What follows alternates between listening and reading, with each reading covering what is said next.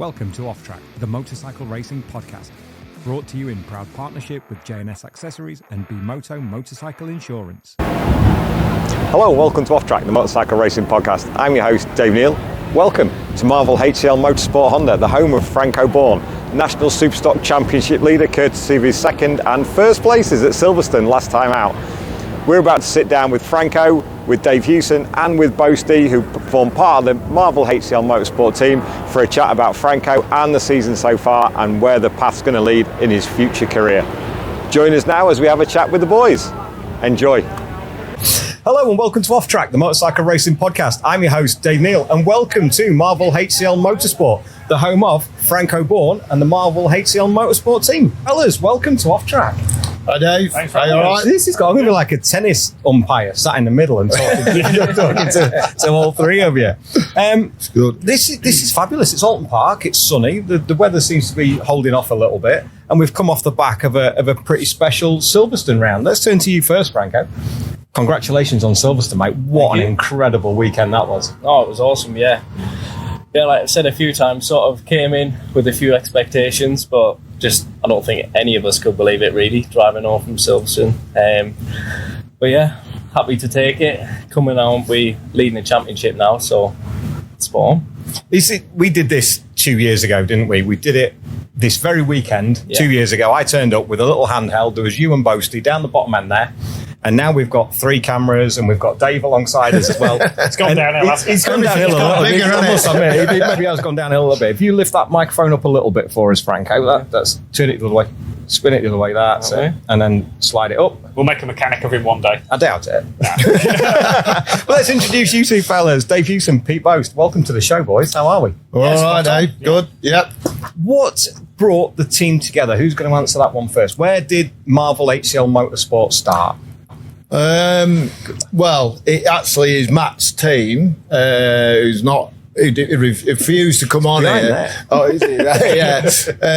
But yeah, I knew Matt from racing flat track. Matt had raced flat track. He'd been to my school.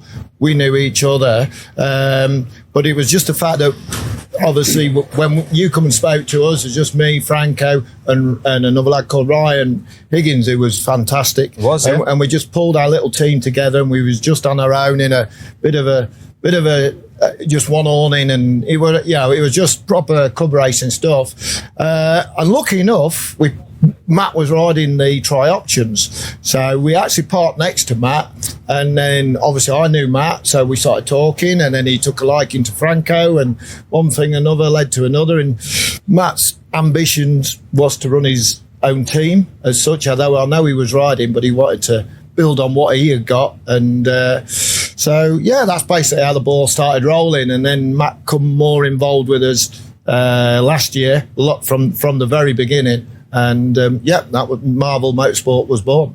And it's been a hell of a journey so far, hasn't it? I mean, last season was exceptional on the Stock 6, finishing runner-up in the championship as a team.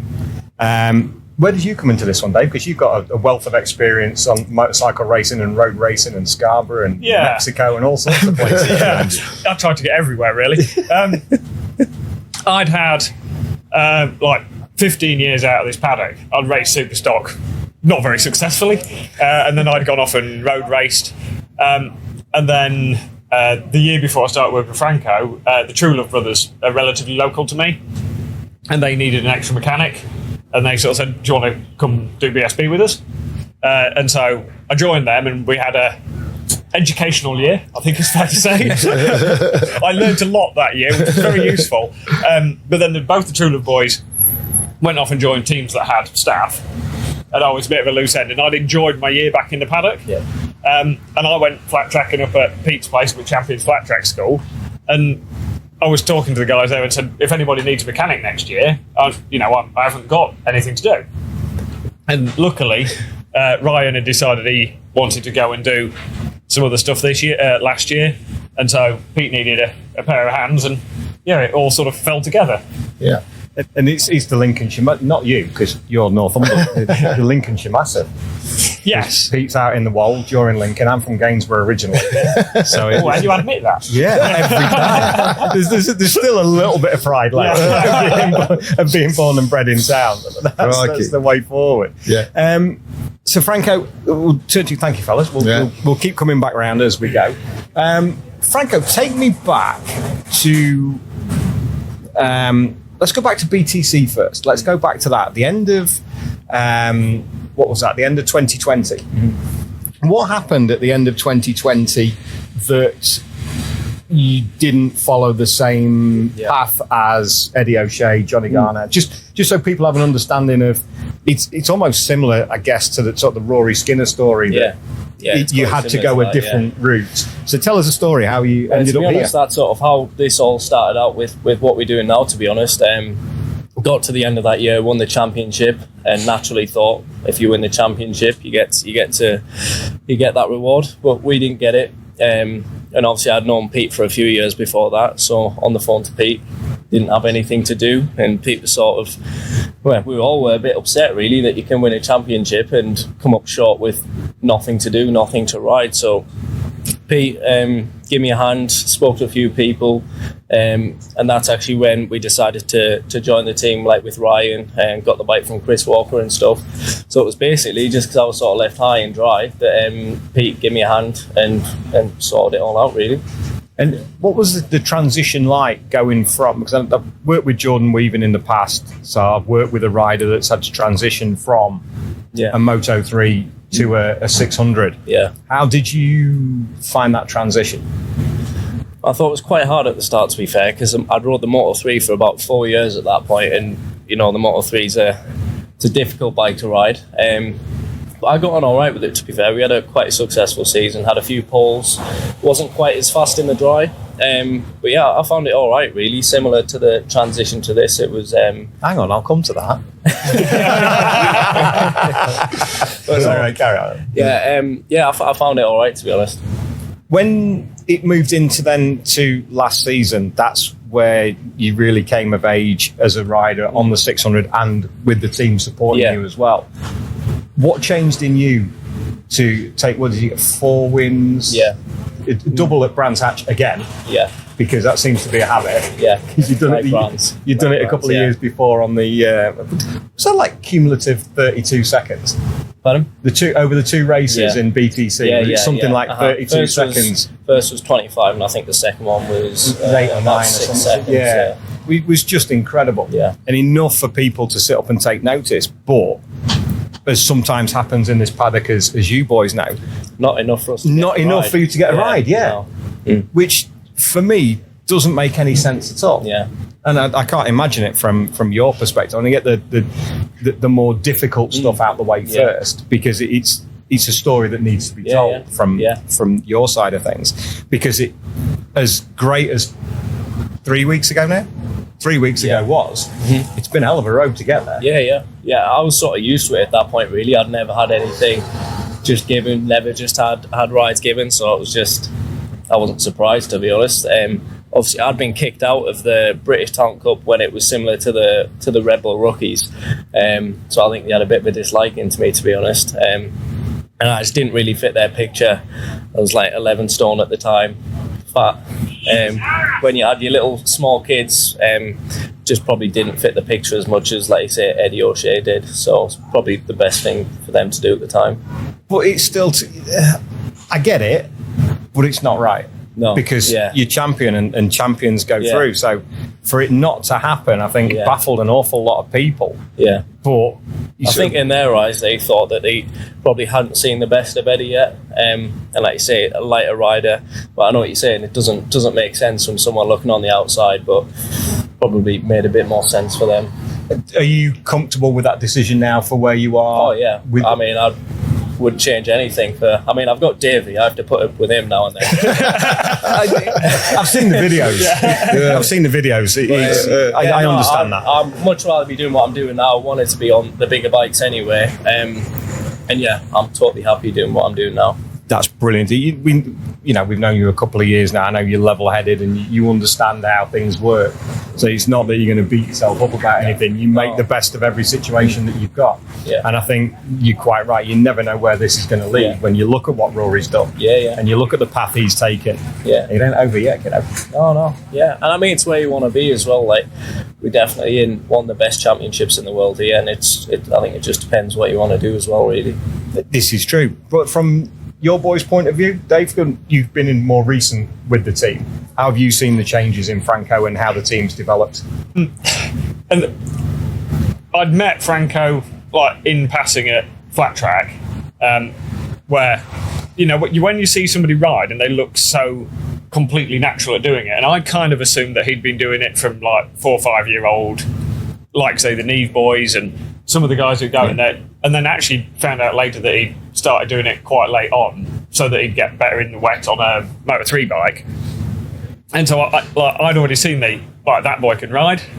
And so when I joined last year, we said, right, well, let's start just fiddle with stuff. Let's change the bike in bits where my experience, a lot of it's on setup stuff. Whereas Pete's mega at talking through the riding side of it. I'm more technical, so I wanted to fiddle with the bike and see if we could improve that side of it. And the best thing is with Franco, his feedback's so good. Because obviously on the stock 6 we're not allowed data logging. So you've got to go on what the rider says. And so he'd come back in and we'd say, right, what does it do, what doesn't it do? And he never comes back and says, oh, it needs a bit more reroute, or it needs this and that. He just tells me what the problem is and what he wants it to do, and then we work out a plan. And he's so open to, we'll go, right, I want to try something. It might work, it might not. Try it. And sometimes it works, sometimes it doesn't. But he's so open to trying things, and his feedback's so good. Like, his feel for the bike's really good, so it makes my life much easier because we can try stuff. And just having a yes or no answer to whether something's worked or not, you know which direction you're going. That probably comes across as a lot simpler as well, doesn't it? Because does that work? No. Or somebody who's maybe got a preconceived idea of what they're doing would make your life. It does make a crew chief's life difficult. We know that. Yes. Because riders, you've been riders. You know how fickle you can be. Oh yeah.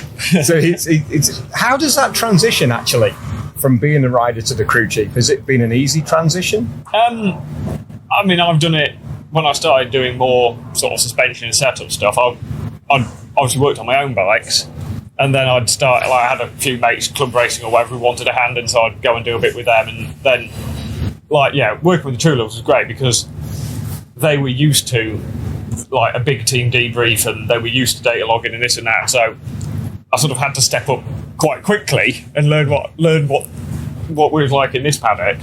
But then to work with Franco, like, he didn't have any preconceptions of what he expected stuff to do, and so we could try stuff that sometimes you might have got we're not doing that, and we'd just try it and see.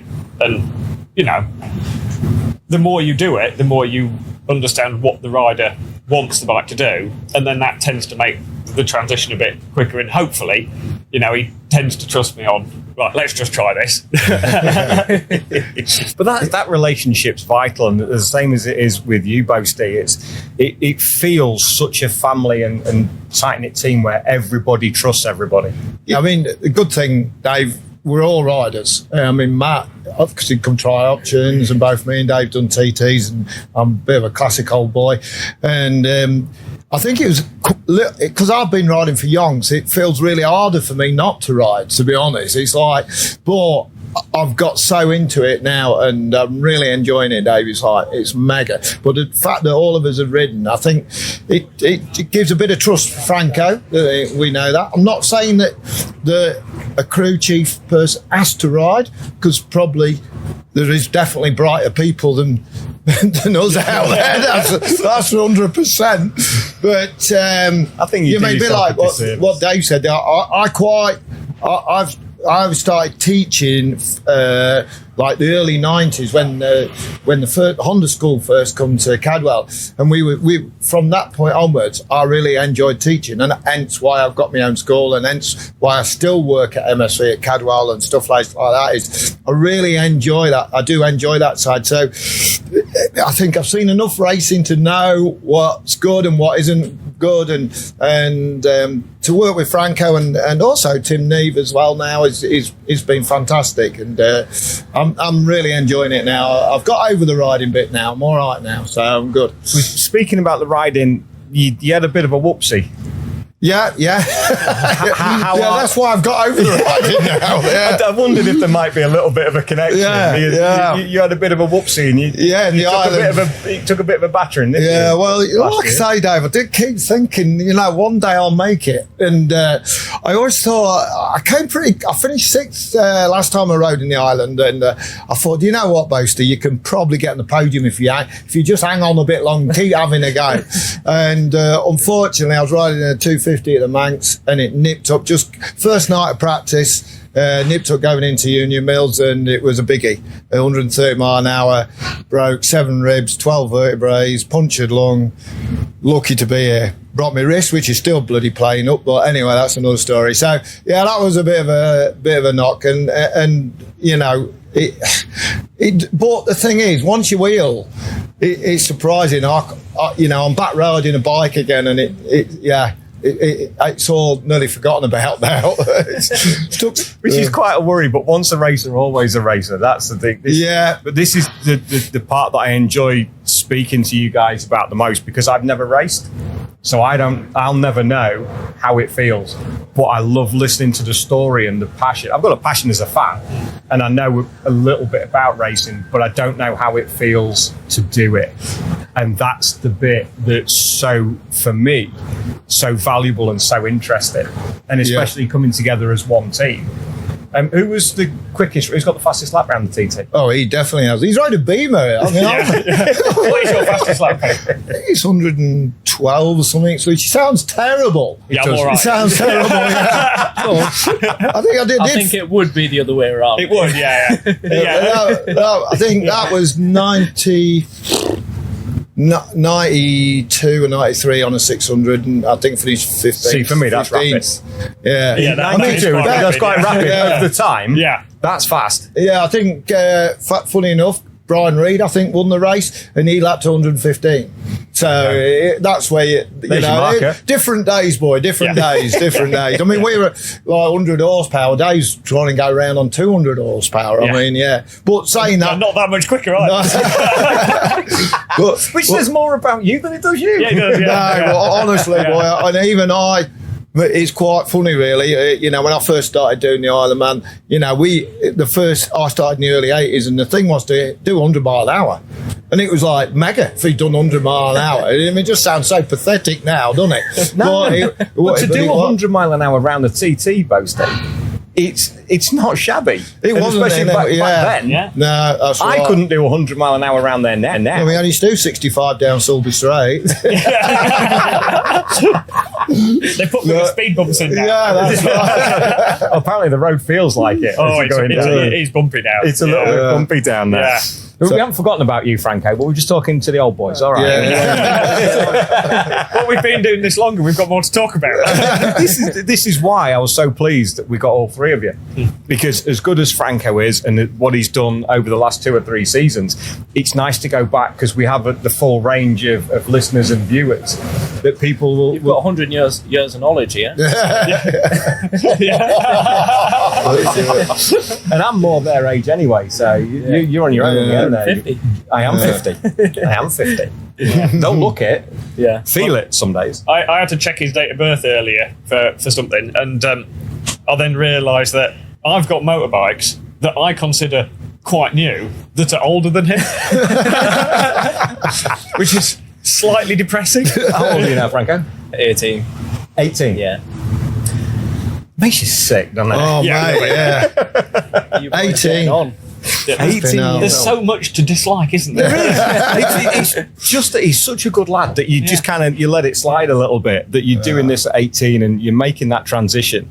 I'll come back to your TT in a second because I don't want him to get bored, because like kids today, they've got no attention span whatsoever. So we've got to keep bringing him in. 19 next month. Cracking on there. You're cracking on as best you can.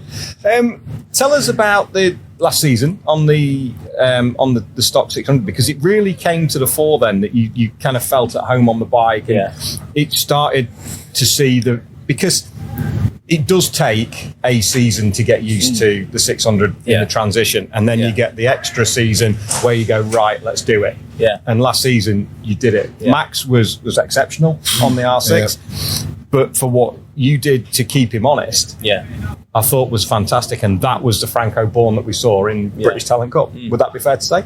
Yeah, definitely. Obviously, I think it took a year. I would actually say it's a bigger jump from a Moto 3 to a 600 than 600 to 1,000, to be honest. So it was quite a big jump.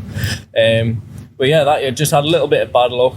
Obviously, my fault. I crashed. I did my finger in, and I had to have a stupid frame in it for a few weeks. So we missed a few races, and awkwardly, it was the races where you had 2 in a weekend. So we had a bit of bad luck really that season, but I was just in the end just happy to keep Max honest. Obviously couldn't get him in the end, but we had some good races, had some good finishes. So in the end, it was a good season for us. So what age did you start racing? I was 7 when I started racing, just little mini motors, which is kind of 3 or 4 years now of sort of later than the norm. Isn't I'd it? sort of say at the time it was probably roughly when people started back in them days. Back in them days, boy. We've got to tell you what, that must be a good 10 years ago. It's not even into the last century. It's still in the 2000s. Yeah. Get a grip. But no, I started in a club up in Durham, bike-wise, on a little mini moto, and progressed onto a Metro kit, made the normal route through Fab, Super Tees, then the Moto 3. That's what I started. So. Who were you racing against at the time? Were you racing? Who's around in the paddock now? Jake Hopper, who we got next door. Yeah. Only live half an hour from him. Started with him. A lot of Scottish guys. Quite a few of them have stopped. Charlie Farrer. Yeah. Obviously, he was who I rode in British Talent Cup with, but there's quite a few who I was riding with still quite recently, but there's been quite a few stopped. Is there anybody that you raced against at the time that you thought would make it, but whether it was attitude or what, that basically asking, is anybody faster than you at the time? There's definitely been some good riders, but obviously in racing it's money pretty much 99% of the time, so it's they mainly had to stop through them reasons. It's difficult, isn't it? And that's one of the spectres of racing. You boys have seen that. You've seen riders come and go, and we've seen some talented riders fall by the wayside. But moving in then to what you finished, you had to move on last season anyway, didn't you? So you finished top 3 in Junior Superstock. Top 3 have to move on regardless of whether you've got something or not. And it seems the natural progression to go into. Because I don't know, I have this. I keep interrupting my own question. I'm terrible for that because I think of something else. The original route into superbikes was through Supersport. Yeah. You look at your Kyle Rides and you look at your Taron McKenzie's, your Bradley Rays, your two of your most recent champions. But there seems to be that stock 1,000 way national Superstock that's coming in now. See your Charlie Nesbitt and that the kind of riders from there. What made you go this route rather than the Supersport? Well, I think you can spend a lot of money on Supersport, and I sort of just wanted to get used to riding a big bike, to be honest. I'd never rode one. A lot of people I know, they ride them away from BSB, but I never rode one, to be honest. And my goal is obviously to be in BSB, and I just wanted to get used to riding a big bike. I thought it'd be not a waste of time, but just another year waiting to do this, to be honest. So we all spoke as a team, and just decided it'd be best to get on one as soon as possible, get used to the power, how to ride it, how to save a tyre, things like that. So just wanted to get on one as soon as possible, really. I think it was just the right time as well, Dave, really, with the slick rule coming in. Is what I was just going to say. Yeah. Absolutely perfect timing for us. We've got a good relationship with Honda as well. Yeah. Although we were Kawasaki, we have a good relationship with them, but we were, because they're Louth based, I know most of the lads there, and so does Dave and that. So it was just sort of like the right move at the right time, and certainly is the right bike. You know, we're over the moon with the bike. You know, it's been, you know, I think somebody said there was 19 Hondas out at Silverstone. I'm not sure, but you're going to struggle if you're not on a Honda. Yeah. So at least we're on an equal plane there, and that's we're dead chuffed with that. And I think just timing, really, perfect. What makes it such a good package? I think at the moment it's you really want either a Honda or a BMW is probably the next best thing. Power wise, the BM and the Honda are pretty similar. They are the fastest thing in a straight line. Yeah. But the Honda's got a much wider setup window. They're a lot easier to get working. The electronics is easier than the BM stuff. The BM stuff is mega, but it's very, very complicated. And I think the whole package works a little bit better, and they're cheaper than a BMW. I mean, they're not a cheap bike to build. No. But the BMW is even more money. So it's a little bit... even less cheap. Yeah, exactly. Yeah, so if you had the choice of two, it was those two, really. We actually spoke to McCams about Tim's R1. But it's a bit of an oddity because the Yamaha, the kit electronics isn't brilliant, so McCams run the Motec on it, and we had an option to even buy the bike with the Motec on. And actually the package wasn't bad at all, but it works at certain circuits better than others. Like the flat circuits, it was great. The places, the Altons and Cadwells, it was difficult to set up. So in effect, the Honda was just the best all-round package. They built the best all-round bike. Especially with what we could have with Honda as well, obviously, because the connection to what Pete's had with Honda was closest to the manufacturer, really, aren't we? We're going that way. So it's with the Yamaha, were there not concessions as well because they were running a different electronics? They weren't running kit electronics, so you couldn't use the full. You were restricted. In effect, they're allowed the Superbike spec Motec, so they've got no traction control, no anti-wheelie, which ironically we've got turned off on that because he wants to go to Superbike, so we've done our best to actually get rid of that. But yeah, it's a lot more adjustable than the kit stuff for what they want. Yeah. But of course, they've got a very clever full-time data guy. Hi, Tim. So exactly. Tim is one of the best in the paddock. He'll love you for saying that. He will, yeah. He can own me. But yeah, I think it was, as McCann was running that bike, they're in the ideal position. But for us to run it would have been more complicated. Yes. Because we don't have Tim, basically. That's fair. No, that's understandable. Got to know Tim quite a bit over the last 18 months, and he's very, very good at what he does. Yeah. And not having that on tap would make things because it's very easy to go the wrong way just a little bit. That sets everything else. Yes. Especially on your technical side of things. Yeah. If you haven't got one side set up, it compromises something else. Oh, completely, yeah. So then you're going round in circles, and ever decreasing circles almost. And they said we would have access to Tim, but of course he's running Superbikes and all the rest of it, so it's you're not number one priority. No. Whereas the Honda, the kit stuff, the electronics is a bit simpler. It's a bit more customer based.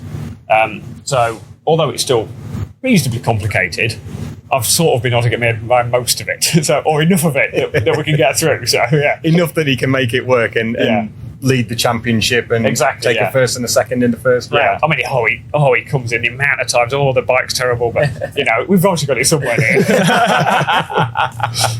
You're not a diva, are you, mate? No. I'm feeling the opposite from this side. You might think you're not. You're a rider at the end of the day, but they just know how to deal with you. That's the difference. Yeah. Pete, how have you seen Franco's riding change over the last 3 seasons? Just developed it, really, Dave. It's obviously, like he said, the big jump was to the 600. So that took a bit of sussing. I remember coming here for the first meeting when you spoke to us last. I think we was 15th, weren't we, Franco, something like that. And he was like, this is going to be tough, you know. And then, you know, obviously you developed really nicely through that when we was doing it on our own that year with Ryan. But then obviously Dave's come in, he's more technical, and that has helped us no end. You know, and Franco's riding's just like, we really come on leaps and bounds. And then for him to go straight on 1,000 this year and do what he did in the first round, he's like, wow, you know, that's that right. You know, his riding's not to be questioned at the moment. And but saying that, you know, I'll go back to round one. We certainly, after, even though we finished second and we was all jumping for joy and over the moon, we went back into the debrief, didn't we? And we was really looking at little bits that we could work on and change. And we did change some stuff for Sunday, technique-wise, riding-wise, line-wise as well. And it just paid off there as well. So, so that development is ongoing still. And, you know, we're at Alton Park, which is, you know, people like Olsen, McConnell, Dan, all them boys have ridden this place many a time on thousands. They know what they're doing around here. So Franco's again in a new environment on that. But you know, we're quietly confident. We'll see. You didn't do the test, did you? Yeah. Did you do the test? Yeah. I looked on the times, and I was in Texas, so I was busy. You gone out with the superbikes. That's why. How was the test? So my apologies. I'd looked on the sheet. I wasn't here, so. No, all right, Dave. We know where you was. It's all right, Dave. We weren't here either. Even better. Yeah. So, okay, in that case, how was the test? First day was totally crap. Really bad rain the first day, so we did a lap. Decided not to go out. Second day was all right. It was really windy, to be honest, so we didn't get proper laps in. Got some good laps early on, but it was just hard to sort of progress, annoyingly to say, because we didn't have Dave or Pete here. But yeah, it went all right, really. We were like sort of halfway through the pack in superbikes, so can't complain with that at all. We were sort of top 5 in the stocks. So for first time at Alton on 1,000, I was pleased with that, to be honest. Obviously, it could be totally different in a race, but to know that for a single lap you can be top 5, which is all we really need at the minute, was nice. It's realistic aims and goals, isn't it? Yeah. And if you can come away from here this weekend with, you got one race, you got 2 races again? One race this weekend. It's just one race this week. Oh yeah, because it's Sunday and it's a dog pack schedule, isn't it? If you come out here with a top 5, top 6, I think in your first season on 1,000cc, if that doesn't sit people up and go, hang on a minute, this kid's the real deal, because this place is a proper marker for any racer. And you boys will agree with that. Yeah, definitely. If you can make a bike work round here and put it somewhere near the podium, I'm not going to say to win, because that would be sort of the annoying thing about a good result, really. Like before we came, if we'd have taken a top 15 here, we'd have been over the moon, really, wouldn't we? Yeah. Once you get a win, you're sort of... The eyes are on you, aren't they? The eyes are on you. The goalposts have moved a little bit now. you're sort of thinking, well, maybe top 6. But I think those who know understand that it's unlikely, it's improbable, but not impossible that you could come here and win. Yeah. Whereas if you're looking to finish in the points, like riders have gone before you in their first season. You've got to have your eye on sort of winning. You don't want to be going out and... You're still a racer. Yeah, you're not going to go out to finish 12th. Yeah. You want to keep your eye on being as high up as possible, but I'd definitely be happy with anything in the top 5 this weekend. What was it like to ride the track for the first time on 1,000? Tiring. It was pretty hard, yeah. Like I say, with not having Dave here, the hardest thing was sort of the wheeling for me, really. It was a windy day as well. So yeah, if I could have had a bit more, if David had come along with me. Look at that point, mate. No, but it was, just the main thing. It would have been a bit better if it could have progressed a little bit more, but it wasn't about that, really. It was more just about getting out and seeing how the bike reacts over the crests and the bumps. So yeah, it was all right, really. So if you'd had the support that you've got this weekend, you could have finished higher. Which when you did the first few laps, because it is different, and I know that I asked this this side of things a lot because I don't understand it. But most of the time, riders are just like, it was all right. Just did this, and it just does what it does. And I'm sat there going like, fuck, how do you do that and this and. Which bit of the circuit opened your eyes the most? To be honest, it didn't feel crazy much different. There's a surprise. See what I mean? Yeah, I kind of knew what the answer to the question was. All the time. Yeah, it was quite similar, to be honest. I've been here in a long time. Obviously, last time I was here in the 600, but didn't feel that much different, to be honest, to the 600 really. But the 600 felt different to the Moto 3. Yes. That's the eye opener. Yeah. That's the one. Yeah. Because when we come out here, I'm a big fan of watching out of Druids. Right. Because I absolutely That's the hard Over the bit. crest. Yeah. For me, that is rider and machine, or either at one or one's fallen out with the other. Yeah. You can see the ones that have got it, and you're over the front, and you're keeping the weight transfer and on the throttle, but over the rollers as well. Yeah. For me, it's one of the best places in the UK to watch man and machine, and lady and machine as well. Yeah. Yeah. What's it like for you? Horrible. So we say the man and machine are not currently matched. No. So you're more the latter than the former. Yes. No, it's just hard, to be honest. I mean, every corner around here is hard. You're constantly fighting it. Hopefully, because I've got a mechanic this weekend. Hopefully it'll be a bit better this weekend. Because, like I say, it was really windy last time. Not the best conditions, so we can give it a proper go this time. It's only going to be wet this time. Yeah, I'm all right in the wet. You're not wrong. You got away in the wet. You boys have both raced here. Yeah. What are your favourite parts of the circuit? I was actually here yesterday track day. It was one of those. You look at the dates and go, I can go there and stay for the weekend. Did you get your knee down there? Just. I've got very long legs though. Actually, one of my favourite sections is that run into Druids, because you come over the top of the hill and it's fast, and the bike's light over the crests and it's a bit bumpy, and then you've got that double apex and into Druids you can carry quite a lot of entry speed, and you hook it back and you, like, if you're lucky, you get your knee down. And that crest off the exit of it, to me, that's so much fun, because as you say, you get a good run and you're just sort of buried behind the screen and bikes wheeling, and it's really good fun. This is brilliant circuit. Probably most fun TT riders here. Probably the most similar track you can get, I would say. Yeah. I would agree with that. I think. Yeah. As a non-rider. When I was riding Super Bikes, we didn't used to have the second chicane. I remember it without that was straight into Knickerbrook. Yeah. Straight. So that was good. In fact, the first time I ever come, they didn't even have the first chicane. So that's how old I am.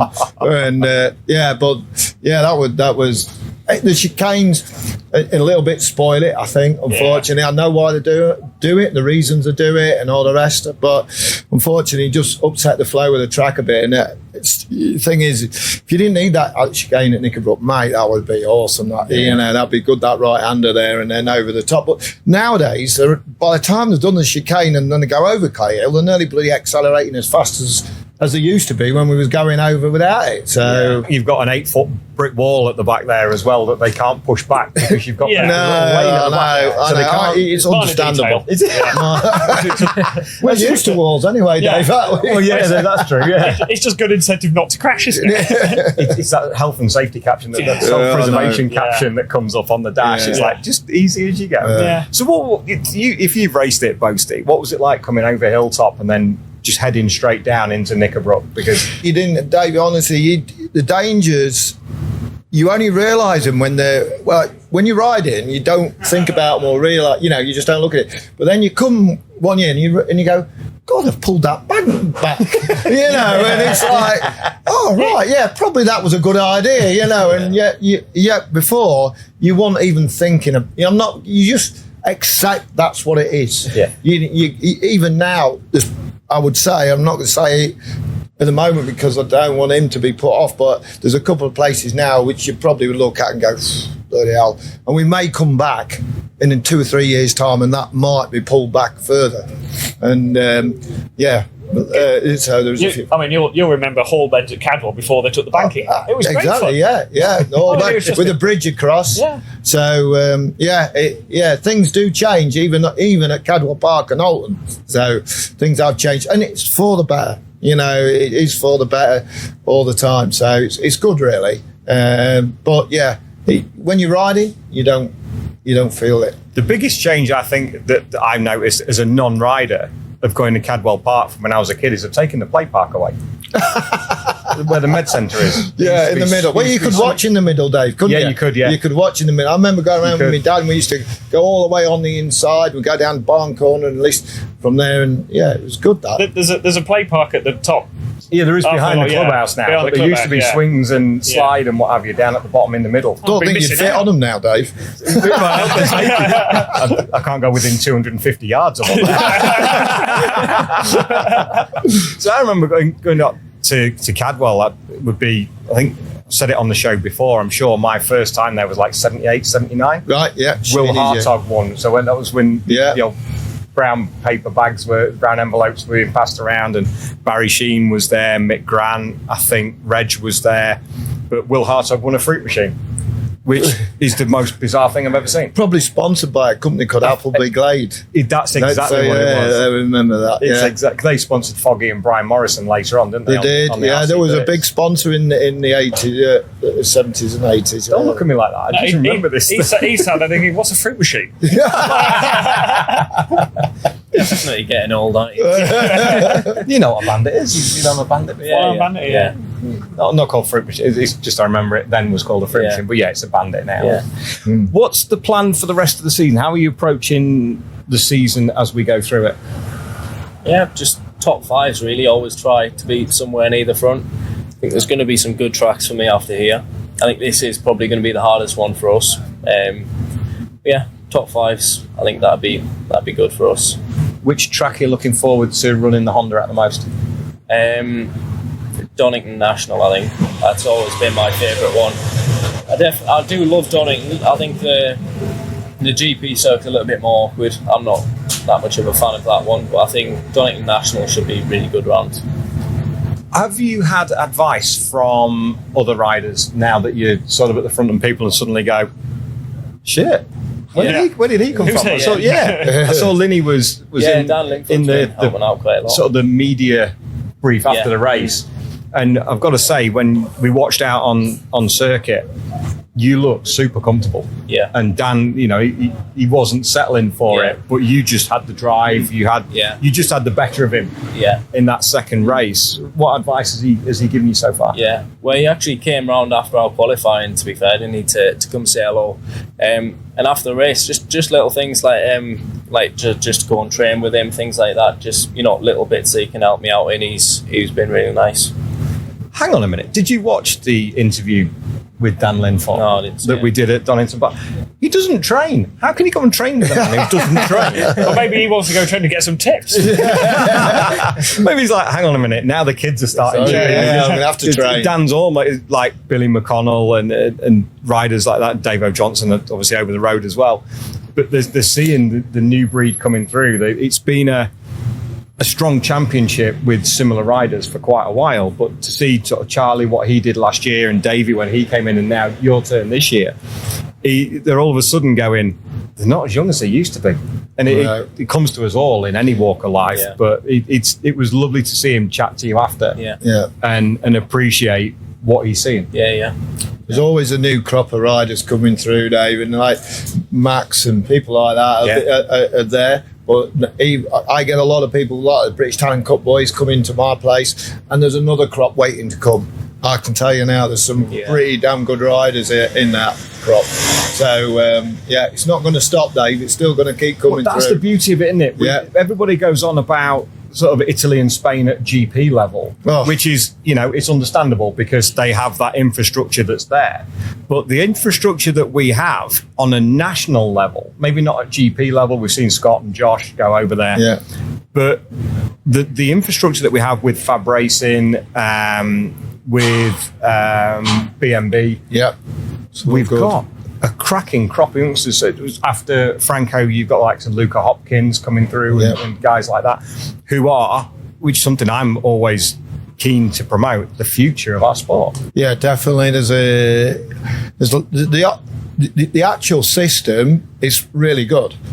It's just getting the right breaks and going forward. It's difficult for parents to pay for it all the time and everything, but the actual system, we have got a really good system here, and with the vision track side of it's good, and there's lots of really good. It's just a little bit difficult over in this country to ride all year round, which is a tough one, and get noticed by Dorna or people like that. They tend to.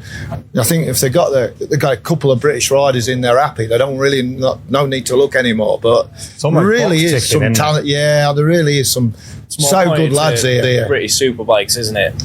It's not pointed towards like the GP system. It's more all towards British superbikes, which it has been for quite a while, because it's the pinnacle of British racing and British motorcycle racing, and it's the way that Brad Bray came through, it's the way that Kyle came through, and they've done Red Bull rookies and that side of things, and not had the opportunities that the Spanish and the Italians have had. But we've got no shortage of talent, I don't think. No. And it's just getting the word out there and letting people understand that there are some seriously fast young riders. Yeah. They might not be riding all year round. They might not be as quick as the Italians and the Spaniards, but they're no less talented. No, definitely, Dave. And just pointing in the right direction, and fingers crossed they'll keep coming through. I think they will already. I think the superbike class has obviously changed quite a bit this year. I think there's 6 new riders in that, so it's unprecedented, isn't it? Yeah. So that already is sort of stirred it all up a little bit. So that's good to see. Championship was ready for it. Yeah, definitely. Yeah, to bring in some new blood and to bring in 6 new rookies, he opens things up nicely, I think. Yeah. That's all I might say on it. That's fine. You're falling off the end of this podcast. It's good. It's good. It is, and obviously we said about BNB and Fab, but also yourself and what you're doing at Champions Flat Track School as well, which has been a massive help to you and to Tim and Tom, Neve, and the other riders that come and use it. Luca, as we said, Charlie Nesbitt comes up from Swindon on a regular basis. Danny Webb. Oh, he's at Mallory now, isn't he, Charlie? He comes more regular he's now. a Midland boy now. He's not quite as far. Yeah. I remember him seeing on his social media getting up early to come up to Danny Webb's training camp. Yeah, that's right. And Danny's been superb at my place. And, it's all right me saying, no, I've got the school, but Danny has also put a big effort in as well. And that's where I'm seeing the new crop as well, because Danny's heavily involved coming to our place as part of it. So, there's some cracking young riders about. How much do you enjoy the flat track side of things? It's awesome. Definitely through the winter and stuff, when you've got nothing else to do. I mean, it's sort of like you mentioned it before, Pete. My first lap, what I had on the second race was just straight on it, got to the front and went, and I've definitely got that from Pete's place. It's a bit hard to pass, isn't it, at your place, Pete? You've got to be on it from the drop of the flag, haven't you? It definitely helped me a lot, as in, you all start next to each other. If you don't get off the line quick and get into first, you're probably not going to win. So it's definitely good for that. And like Dave said at the start, the reason I went to Pete's was because I was not very good in the wet. Same for that, getting used to the tyres spinning, the bike moving. It's good for lots of things like that. If it works for GP riders, it's going to work. Yeah. If it's good enough for them, it's good enough for our national level riders as well, because it's the same principle. It doesn't matter what you ride. Yeah, it is, Dave. Honest, but I also encourage to do not only, obviously, flat track is my thing, but I've been working with Tim Neve last week, and we had a full day flat tracking, but the next day we was out on the mini bikes and going around the little kart tracks. That's also really important. And Franco, we've got trials bike. That's another important thing. You know what I mean? What I always say to people is, a footballer, he can run, he can be fit, but he trains with a football. And that's the main thing. We've got to remember we're motorbike riders, so you need to train with a pair of handlebars and wheels, and that makes you improve. That's that's the biggest thing to take away from the podcast. It's keeping it simple. You're bike racing, so you need to be on bikes. Brad Ray's on them all the time, and the Mackenzie boys are on them all the time. Brad Ray's all of a sudden he almost thinks he's Tony Boo. He's on his trials bike. I've seen Brad. I don't think he's Tony Boo, actually. He thinks he is. And Taylor's even worse. That's Pete's closer to Tony Boo, I think. If there's a man who's close to master of most disciplines, he's sat on the end there. And what a man to have in your corner. Oh yeah, definitely. For someone who can do so many different disciplines. Yeah. I think you've even done ice racing before, haven't you, Pete? Yep, ice racing.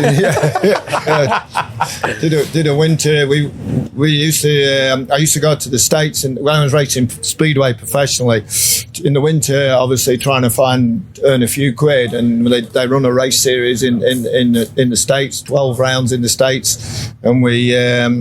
Basically flew out there. This was before 9/11. We actually used to take our bikes in the suitcases. Wow. So we used to split the bikes up, put an engine in one case, frame in the other case, put Bungalow Kevlars and an helmet into a backpack, and that was it. So when we landed, we had to go to Walmart to buy our clothes, and toothbrush and stuff. But yeah, we used to do indoor ice racing. I never did the Russian stuff, I'm pleased to say. I didn't fancy that, and big spikes. But these were ice hockey arenas, and we used to do it with little studs. And we used to do a 12-round series. And if you did all right at the end of the night, you could earn a few quid. And I just journeyed my way around America just doing that, which was, it was great for winter. It got me away. I mean, we did go to some really cold places besides hot places, but it was good fun. But again, it's just, you just got to find a way of, basically, I'll just try to spend most of my life avoiding a proper job, really. And that's what I've tried to do, Dave. Congratulations. Anyway. Yeah. Done fairly well. I think you've done all right out of that boasting. Speedway is a whole different ball game. I'm not going to go into that side of things now, but I love Speedway. Absolutely love it. Right. My granddad put me onto Speedway again in the early 80s. Who do you support? I go and watch Bellevue Aces quite a bit. Right, yeah. Because we're only 45 minutes away. Yeah. But when my granddad passed away early 80s, he had his ashes spread at Cadwell Park. Oh, did he? Because he used to go to Cadwell Park on a regular basis. Before it was a cycle track. Yeah. You probably raced there. Hey, come on. I'm not that old. No, but I do know about it. I remember my dad taking me as a kid to go watch that, actually. My dad was a grass tracker, and he was big mates with the number one man who was called Brian Maxted at the time, and we used to go watch at Cadwell Park a little bit. Yeah, I quite liked it. I never sort of, I went road, all I wanted to do was go road racing when I was young, but, my dad liked grass track and Speedway, and then Speedway come along a bit later, but, it's a great sport, isn't it? It's just, unfortunately, it's a bit on the downer at the moment, unfortunately. But she's such 60 seconds, 4 laps, nail it and go. It makes for some entertaining racing. Yeah. But speaking of entertaining racing, I'm going to neat segue now back to road racing with you, because road racing fascinates me. I'm not hugely experienced at being present at the race. We've done Oliver's Mountain a couple of times. I've done TT a couple of times and the Northwest once. The whole ethos of road racing scares me, and I love it in equal measure. And that's just as a fan. What's the draw to it? I grew up riding on the road. And so when I got a motorbike, I started riding on the roads, and Lincolnshire's got some great roads. Luckily, not enough police to cover them all. And so I sort of cut my teeth doing that, and then went racing, short circuit stuff. And to begin with, I had no real interest in going to TT. And then there's something that niggles you, like people mention it, and you watch a few videos, and you think, I'll go and have a look. The first time I actually went to the Isle of Man, I went over because a mate of mine was doing the Mountain Grand Prix on a classic bike. And it rained the whole time I was there, and it was pretty miserable. And I sort of went, not bothered by this. And then for some reason, it must have kept niggling me. I went back the next year, back to the Mountain Grand Prix to watch. And the last night I was there before I went to the ferry, and I had my old ZXR 750 road bike with me, and I went for a lap. But I'd done a few laps, and I sort of knew that over the mountain you could see it all, and there was no hairpins that jumped out at you or anything. And the road was nearly empty. And there's no speed limit over the mountain. And I had a nice ride in the countryside, and I was about halfway over the mountain, the sun's setting, and I thought to myself, I get this now. I get this. So I got home and bumped into Milky Quayle at the last BSB round because he was trying to recruit riders. And I got chatting to him, and it turns out his wife's actually from not far from outside Lincoln. Okay.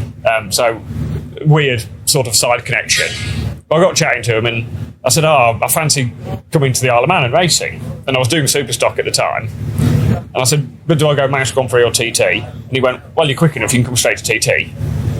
When it was a little bit easier to be a newcomer, frankly. So I went to TT in 07. He would have been 3 years old. And I'm still quicker than you. Yeah. Wow. He's brutal, isn't he? Round the TT. Yeah. Annoyingly, probably. Yeah. So my first ever road race was Centenary TT on a superbike. And I got lapped by McGuinness going over Aggo's Leap. And I heard it's like, as ways to watch John McGuinness winning a TT, that was a decent view. That's a nice way to do it. Yeah, and it got me on telly, which is quite nice. And I've just kept going back since, because when you're doing BSB, even though I was not very good at it at all, it's a big paddock and it's like the big show and you think it's the most important thing. And it was only when I'd run out of money that I had to sort of step back from it, that I actually sort of went, what can I do now? And I wanted to go and do TT while I was still fairly sharp. And everybody does that thing where I'm just going to go and do it once. Did you do that, Pete? No, well, not quite that way. No. I was again, going back to my dad, he used to take me as a kid. So it was sort of inbred in me. I just loved it. I bought them old records and everything. It was just like, man, I want to do the TT. So when I did the TT, I was 17. The Manx when I was 17. Then I did 2 Manxes.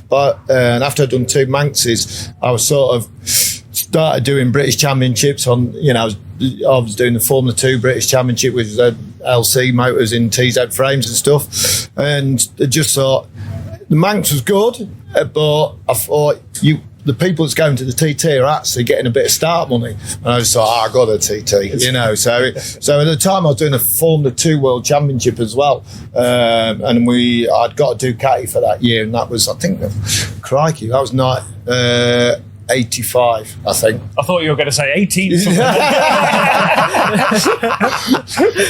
And he was what? Yeah. Even his dad were young. Yeah, even his dad was young at that age, wasn't he? Yeah. So it was a long time ago. But I loved the place and the atmosphere. And even though I had a bad time last year, it's still got so many memories. And long may it live. It's a difficult one. I know there's lots of issues at the moment with the Irish stuff and all the rest on it, but long may it live. It's still a great event. It seems to be getting bigger in terms of media side of it. It's definitely on the open. The only one thing that concerns me at the minute is that we said about the younger riders coming through in national racing into BSB. I don't kind of know where the next crop are coming through for the TT. You got Davey Todd coming through. We've got some younger riders there, Nathan Harrison. Beyond that, it tends to be a higher average age at the TT and for road racing. You don't get 16, 17-year-olds, obviously. But I'm just wondering where that next crop are coming from. I think as the publicity around the event and the TV coverage and the cool element of the event grows, I think that brings some riders in. You've got some who've gone since they were kids and only really want to race there, like James Hines. Yes. Went to the Manx at 18 years old. He was fast straight away, and you think he's a quick lad, quiet. So you almost don't hear that much of him because he isn't into his self-publicity. Super under the radar. He won't come on the podcast. I asked him at Oliver's Mount the season before last. Yeah. He's like, Dave, do you mind if I don't? Mate, yeah, no problem at all. I think he just wants to go racing, and that's cool. But Dave is a bit more chatty, so we do a good one with David. Yeah, but there comes a point where you have to self-promote and you have to step out of the shadows, because once he starts creeping to the top 10, and another Lincolnshire lad as well, Nettleton, isn't he? Yeah. Away. Yeah, and there comes a point where you've got to take that step out of the shadows, and because he will at some point become a factory rider. Yeah. As Nathan has done over time, so you have no choice. Yeah, and until you're the size of Michael, and you can decide not to do this press stuff. He's the oddity almost, isn't he? Absolutely is. He's Yeah, the enigma, he isn't can do what he wants. He can. But yeah, I think having a strong British Championship series with more young riders coming through will help, because there's more option for riders. They can mature for a few years at British Championship and then decide they might want to go to the Isle of Man, which is great. You'll have some riders who want to do it from the start. If we take him, his grandma's going to kill us. Yes. We've got to give Grandma and Grandad a shout. We've got to give Avril a shout as well. She looks after us lovely when we come to BSP. Yeah. Been a massive part of your... Sorry to interrupt. No, it's good. Been a massive part of your career so far, both of them, haven't they?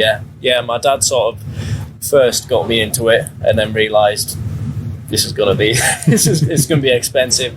And they always came along from the start. They always took me. I think they enjoyed it themselves, really. So yeah, I've said it in other places. Like, I remember going to races some weekends. My granddad's on the back tyre warmer, my grandma's on the front. I'd quickly go and bump start my Metrokit 70, pull it back, whip it on the warmers again. They'd take it off again after I've warmed it up, and they've sent me out. So I'd say definitely had some hard weekends where it's just us literally going away racing. But yeah, definitely wouldn't be doing it if it wasn't for them. We had the privilege of standing with them. We just happened to be in the same part on turn one at Silverstone, and it was just so cool to see. Yeah. Not that you've made it, but because that'll come in Superbikes or wherever it goes from there. But to be the best at what you've got so far and what you're doing so far, to see the pride, and it was a real privilege to stand with them from there. And long may they be behind you and be supporting you through your racing career, because they've been an integral part of it for so long, haven't they? Yeah. So no Oliver's Mount for you? I wouldn't mind giving something like that. See, I did wonder about that. The TT's always different, but Oliver's Mount, they suddenly go, well, actually. Yeah, that doesn't seem too bad. But again, I don't know what my grandma would do to these if these took me away. We have got some bikes, Pete. Yeah, we've got plenty of bikes. You've got a couple of classics knocking about, haven't you? Yeah, we've got all sorts. That's just us,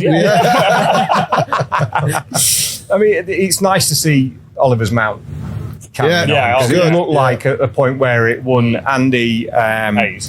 Andy and the team up there. They've done a great job to keep it going, and yes, there are some that say, well, we can't use thousands around there. Well, I'm not fucking surprised. Really, the 600s, I think, at this point in time, quick enough. Plenty quick enough. Yeah. But to still be able to race there for you boys must be super cool to see it carry on. Yeah, when it. I had a few years away from there, and then when Andy and Eddie and Mick restarted it, I went back, and I thoroughly enjoyed it. I've always liked the place, and the organisation was there before them. I didn't get on with particularly well, which is why I stopped going. But I went back, and when they said you couldn't race thousands, part of me, because I've spent years riding big bikes, said, I'm going to miss that. And then you actually realise fairly soon that actually you don't want 1,000 round there. It turned out 600's twin, even the classic super. I mean, the classic superbikes handful round there because they're big and heavy, and they don't stop quite as well as new stuff. No. And, they're enough. They're enough handful. I must mention Wendy as well. Randy and Wendy as the team that are working so well up there. Just to round this off, because I know you boys have got to be out on the bike and stuff to do, the time flies by. Once you get going and you relax into it, it's always a bit strange at the beginning. You're like, well, what am I going to say? And then all of a sudden, we're an hour in, which is just fantastic. Boasty, what's your favourite part of the TT course? TT course? All right. I thought he was going to give me the favourite corner business again. I got one of them in my head just then. Go on then. What's your favourite corner, Boasty? Well, it's been said before on here, which would be Eau Rouge at Spa. You know, having done some endurance racing there, it was, that's a pretty cool. That is really, really nice, rubbing against the wall and then up there. For the TT, do you know what? The bit that always puts a smile on my face from the word go is setting off down Bray Hill. Simple as that, really. It's just like, the nerves are horrendous at the beginning. You know, you're definitely worse than a short circuit. But once you set off down rails, it's like I remember the first time I ever did it, and I was just like, oh man, I'm doing this, you know. And it's just like, wow. But straight away your mind's 100% focused from the word go. Like you think, just thinking about where you got to be and stuff. But there's a release, isn't there? You get going, and there's this all of a sudden there's this freedom from all this stress and all the rest of it. And it's just you in the road. Yeah, it's absolutely ace, that part. And the guys that I've spoken to who've done the TT said that it's the best part. When you're out on the circuit on your own, nothing else matters. No. Because it can't. Yeah. And it doesn't. No. It's as simple as that. Yeah. Once old Tapman's giving you I love that bloke. What power he's got in that fatherly tap on the shoulder. Yeah. I get quite emotional watching him. Not anything personal, but just just what he does. Once that tap on the shoulder, and once you drop the clutch and you're away, that's it. It's just you and the bike, and just you and the clock. Yeah, is as close, or McGuinness. Yeah, exactly. Yeah. What's the favourite part for you, Dave? End of Cronky Is that the one they call Molyneux now? I think it is. It's bloody fast. I know that. And it was okay. The first year I went, I was slow. Well, frankly, everywhere. And then I went back and watched the Manx, and I can remember watching Derek Bryan leading the Manx and going through it flat stick on a 600. And at that point, I sort of went, he's going flat out through there. And so you go back to TT and actually realise it's faster than you think it is. And I can remember on my old ZX10 actually finally getting it flat on the stop in 6th gear on a ZX10. You just get along the road and just turn it like as hard as you can, and it wheelies over the top of the road and down the hill, and it's just ridiculous and brilliant. That's road racing. It is. Ridiculous and brilliant. Yeah. That just sums it up completely. Talking to the boys at FHO back at Silverstone, and we were talking about Station Corner. Yeah. At the Northwest. So roll or no roll? It's 13 years since I've been to the Northwest, so I'm going back this year. So we'll find out. Oh, fabulous. Yeah. Oh, we're having the podcast there as well, so we're going to come and find it. Roll. just to help with that, the only way the boys said roll was just a little comfort roll to settle the bike on the way in. So it'll turn it better. So it'll turn in better. Yeah, just exactly that. So it just not full flat to the stop, but just a little roll to put the weight forward. Yeah. I almost sound like I know what I'm talking about. You do, Dave. That's because I talk to people that do. Yeah. I'm basking in reflected glory. That's the thing. What's your favourite corner, mate? What's yours, Franco? Which are you looking forward to the most? Like I say, I like Donington, so I'm going to say Old Hairpin. And then left after that, and then going up the top. That's so Old Hairpin, Schwanzers, McLean's, nice and fast and flowing. Yeah, I like it. Did we ask you before if you got a hire car story? We have got a hire car story. Well, let me ask you the one question that I'll ask before we do that, and then we'll wrap it up with that. Yeah. That one of our long-time listeners, Craig Lowe, sent in a while back, and you boys can have a think about this if you want. Would you rather, and if you listen to the show, you'll know what's coming. I don't. Would you rather fight a chicken every time you get in your car, or a monkey randomly once a week? Chicken, 100%. Yeah. Don't want to hear a monkey. You would. Is that like me with crocodiles? I'm going monkey. Randomly, what? So it could be anything. It could be with the missus. You could be in a restaurant. But Which mixes it up a bit, doesn't it? It does a bit, doesn't it? Yeah, because I mean, some days you're doing the same thing day in, day out, and some days it's just nice to like change it up a bit. So like monkey attack. Yeah, but can you have a monkey? Monkeys can be nasty. I think you can make it like a spider monkey or something. You don't mind that, but you wouldn't want a full-blown chimpanzee, would you? Well, it's a chimpanzee, not a monkey. Yeah, no, but you wouldn't want to take a chimpanzee on. Oh no, that's what I mean. I'd take a spider monkey. I wouldn't want a monkey on either. Though. You know, I mean, to be fair, I've got quite long arms. I've got a good span, but yeah, it's a bit much, isn't it? It is. But a chicken, it's got like the brain's really small. You don't really know what it's going to do. The monkey, you think I can probably outwit it because it's got some wit. With the chicken, right. You've got no chance. You would outwit it, Dave. What about you, Boasty? Oh, I'll go for the chicken. Easy. You go for the chicken every time. Well, you've got something when you get to the place, you can just, get it plucked and get it in the freezer and jobs are good in it. Somebody did say that. So just wring its neck and freeze it. Well, yeah, I would imagine you should be able to win the fight with the chicken. It's in a car. It's an enclosed space, isn't it? That's the thing. So tell me about this hire car story. Yeah. He'll tell you. So me and Pete got to Spain, and this bloke, he was asking us, do we want the upgraded version or just no? So do you want the better insurance? No. He left it at that. Left it at the bottom, didn't you, Pete? Yeah. You weren't fully comp. So we went out to the car park, walking towards it. Pete pressed the buttons, and obviously Fiat Panda. But it was the most ugly colour Fiat Panda you've ever seen. Horrendous. It was I don't really know. It's sort of like a off mustard colour. Orange, wasn't it? Yeah, really? sort of like that. Oh. Yeah, and we ended up racing the Honda boys Yeah. on the way to the circuit in this Well, crappy Panda. yeah, there was 3 of us, and we just saw the Honda boys come chasing us. So, like, we had this massive race going into Monte Blanco, and I don't think Harvey knows about this, does he? But certainly would have. He's not here. That's all hard. Yeah, he's gone I again think now. the Honda boys would have been in we're big all right. trouble, but and then Dave pulled the handbrake on, and we did a bloody great big skid going into. Anyway, lucky enough, nothing was damaged because I kept going. I've got no full insurance. I've got no full. I'm not fully comp.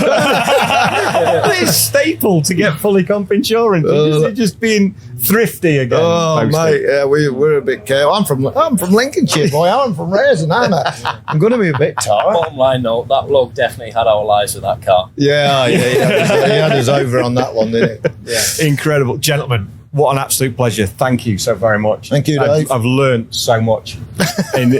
For the good as well, just in case you're wondering. All right. Best of luck for this weekend. Thank you. It's going to be hard work, but I think you'll manage. I'm sure you'll be fine. You've got a great team behind you. You know that. And let's do this. I'm trying. Thank you. He's making us look good. Yeah, he is. I think it's the sum of its parts, and as graceful as you are, it's the sum of the parts for everybody. With Matt as well. Yeah. Putting the team together. So wish you all the very best for the rest of the season, all 3 of you boys. Let's do this later in the year. Let's see where we're at. Let's do an update. Yeah. And Dave. you'll have done the Northwest as well by that point. Yeah. Pete, you can keep away from the TT. You've had your warning. Well, we'll catch up again later in the year. Wish you all the very best for this and the coming rounds, and let's catch up again. Yeah. I just want to say a quick thank to these boys as well. I like to take the mick out of Dave, but yeah, obviously we wouldn't be doing any of it without these, so thanks, boys. Bloody hell. Look at that. And also, What a way to start the weekend. Want to hope Johnny Garnes is all right as well. Very good shout. He's had a bad one, so Yeah. quick recovery to him. We do, yeah. Get well soon, Johnny. It's a difficult time for him, but hopefully we'll get some good news in the next couple of weeks from him, and we'll see him back. Certainly here in person soon. Yeah. So get well soon, Johnny. Thank you, boys. What a pleasure. Thank you, Dave. Cheers, buddy. Thank you.